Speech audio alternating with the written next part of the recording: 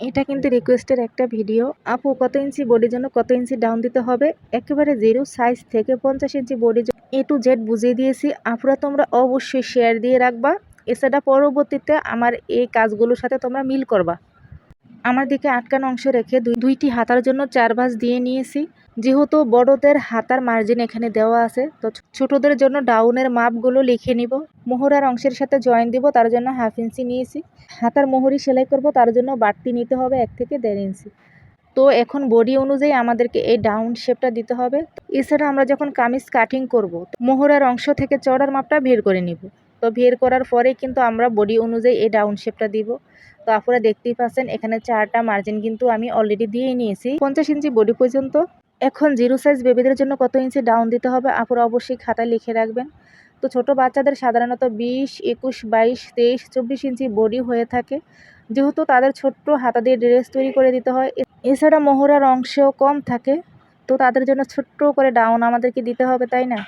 তো মোহরার অংশ থেকে আপনারা হাতার চওড়াটা বের করে নেবেন। তো বের করার পরে আমাদেরকে কিন্তু ডাউন দিতে হবে 20 থেকে। তো 24 ইঞ্চি বডি হলে আমরা হাতার ডাউন দিব এখানে 1.5 ইঞ্চি। এখানে আপনাদেরকে মার্জিন করে দেখাইতেছি, তা আপনারা 1.5 ইঞ্চিতে এভাবে মার্জিন করবেন 20 থেকে 24 ইঞ্চি বডি হলে ছোট বাচ্চাদের ক্ষেত্রে। তো চলুন এখানে 25, 25, 26, 27, 28। তো এর ভিতরে যদি বডি হয় তাহলে আমরা কত ইঞ্চি দিব ডাউন? তাহলে আমরা 2 ইঞ্চি দিব। আশা করি বুঝতে পারছেন আপুরা আমার কথাগুলো। তো তারপরে চলুন 29, 30, 31, 32 যাদের বডি হবে তাদের জন্য আমরা কত ইঞ্চিতে ডাউন দিব? 2.25 ইঞ্চি অথবা 2.5 ইঞ্চিতে ডাউন দিবেন, তাহলে অ্যাকুরেট হবে। আমি মনে করি নতুন আপুদের জন্য এই ভিডিওটা অনেক অনেক গুরুত্বপূর্ণ। আপুরা তোমরা শেয়ার দিয়ে রাখবা।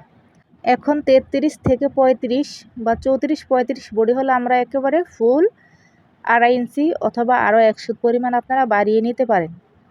তো আমরা যখন হাতার মোহরার অংশটা বের করে চওড়ার মাপটি নিব, হাতাটির অটোমেটিক ডাউনের শেপটা কিন্তু চলে আসবে। এই মেজারমেন্টগুলো আপুরা বিশ্লেষণ করে অবশ্যই ডাউন দিবেন।